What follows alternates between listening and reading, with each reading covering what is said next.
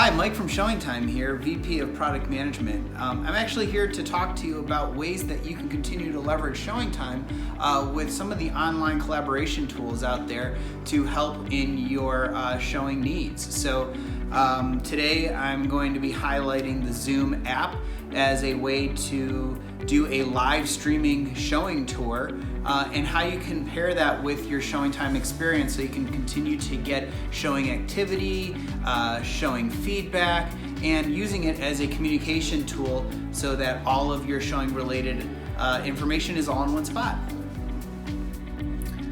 Okay, in order to get started, the first thing we'll need to do is download the Zoom app. So you can do this from both the Apple App Store or Google Play Store. Simply search for Zoom and you want to select that zoom.us selection there. Go ahead and download the app if you haven't already installed it, and then open it. So if you need to quickly join a meeting, you have that join a meeting button right there, but if you need to sign up or get signed in, you have those options below as well. You can swipe through and get some of the tips and tricks that Zoom wants to offer. But what I found is easiest if you're getting set up with your Zoom account for the first time, actually select sign in. So sign in, you have an option to sign in with your username and password that you may already have with Zoom, which would be your email address. Or you can use an SSO, which stands for single sign-on authentication through one of the social media partners such as Google or Facebook. In this case, I'm going to use Facebook. I'm going to click continue. It's going to ask me to validate that I want to continue as Mike for my Facebook account, which I'll go ahead and say yes. And now it's letting me know that I need to create an account with Zoom to get started. So I'll go ahead and tap on create account. And now I'm in. And I can select the options right there or decline them. And now I'm ready to join or start a meeting. So what's really cool is if I go into my settings here and I click on my profile, I can see right down here is my personal meeting ID. This is something that is unique to me. So anytime that I'm setting up a meeting, I can use that ID number for people to meet directly with me. So where that's important, if you go to meetings and actually click on or tap on send invitation, what I'd like to do is copy that to my clipboard, and actually during the scheduling process here, I'm going to look for listings that are near me. I'm going to say that this is the listing I'm going to go see. Hopefully it lets me schedule the appointment. And as I scroll down here, my notes to my listing agent, and I can go ahead and include those details right there and click request appointment. So the notes to the listing agent will be sent right there to the listing agent, and they'll have details of what this is. What the beauty of this is, during this appointment date and time, after a request is showing, I can actually go back here and start the meeting. It's going to ask you to do that, and to hear others, call using the internet audio, which that is what is just using the data over here, over the device. So microphone's muted. If I want to tap to speak, I can go ahead and speak. And when I'm done speaking, I can stop. And if I tap on myself, I can go ahead and say start video.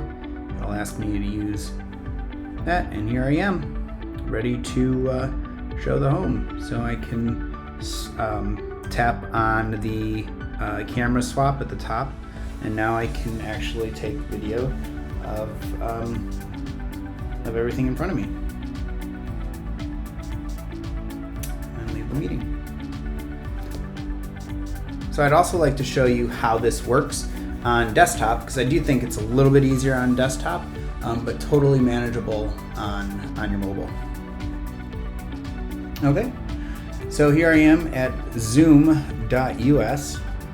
If I go ahead and click on sign in at the top, it's going to ask me for my email address or password, or again, sign in with that social media account. Now I'm into my product. I can actually see that appointment that I already had made. Now if I'd like to look at my profile settings here for a minute, it's a little bit easier to navigate. So this is actually your personal meeting ID. Again, this is static, so it stays with you no matter whenever you want to meet. So you can keep this as a consistent instruction in one of your listings if needed. I do want to point out that there is an upgrade option here. You don't have to do that. This is free from what I've found.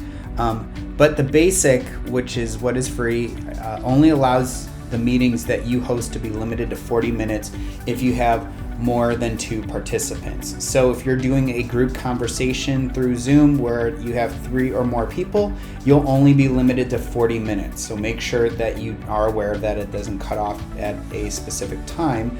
But if you're doing a one-to-one conversation, you should be able to have an unlimited amount of time there. But you do have options to upgrade if you need more out of this, but again, you don't have to. And that's it. Thanks for watching. If you have any questions or have any requests for what you'd like to see in our next video, please post those in the comments below. Any links to any of the products or sites that were mentioned in today's video, I'll have in the video description.